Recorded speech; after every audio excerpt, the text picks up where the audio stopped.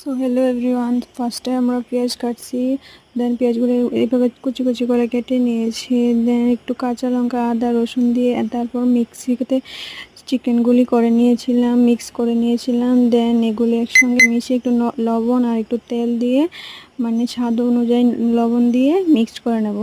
এটা অ্যাকচুয়ালি হচ্ছে মোমোর জন্য, বলতে ভুলে গেছি। দেন ভালো করে মিক্সড করে দেন তারপর আমরা চাটনিটা করে নেব। চাটনিটার জন্য নিয়েছি টমেটো আর শুকনো লঙ্কা, এটা সিদ্ধ করে নিয়ে দেন এটাকে নামিয়ে মিক্সি করে দেন একটু আদা একটু রসুন দিয়ে তারপর কড়াইতে একটু শুকিয়ে নেব, ভালো করে জাল দিয়ে নেব। তারপর চাটনি রেডি হয়ে যাবে। এখানে স্যুপও রেডি হয়ে গেছে।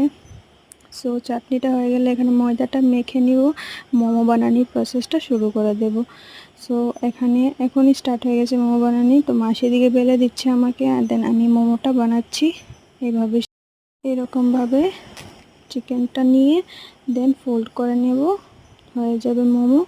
এইভাবে আমরা বানিয়ে নেব। দেন এখানে মাসিকে বলে দিচ্ছিলাম, মাসি ফার্স্ট বানাচ্ছিল, তো মাসিকে বলছিলাম যে সিম্পলটা বানাও। তো মাসি এভাবে একটা বানিয়ে নিল খুব সুন্দর করে। দেন অনেকগুলি চিকেন রয়ে গেছিলো, তারপর মাখানো ময়দা রয়ে গেছিলো, তো বড় একটা মোমো বানিয়ে নিয়েছিলাম মাসি। সো এরকম করে ফোল্ড করে সো মোমোটা হয়ে গেছে। দেন রেখে দেবো। তারপর এই দেখেন অনেক বড় মোমোটা, বিগ মোমো। সো এখানে মোমো বলি আমি, এই জালিতে পাপ দিয়ে নেব, মানে সিদ্ধ করে নেব আর কি।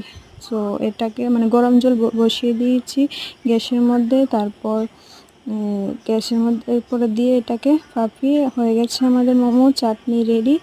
মাসি এখন ট্রাই করবে, না খেয়েই বলছে সো বাই।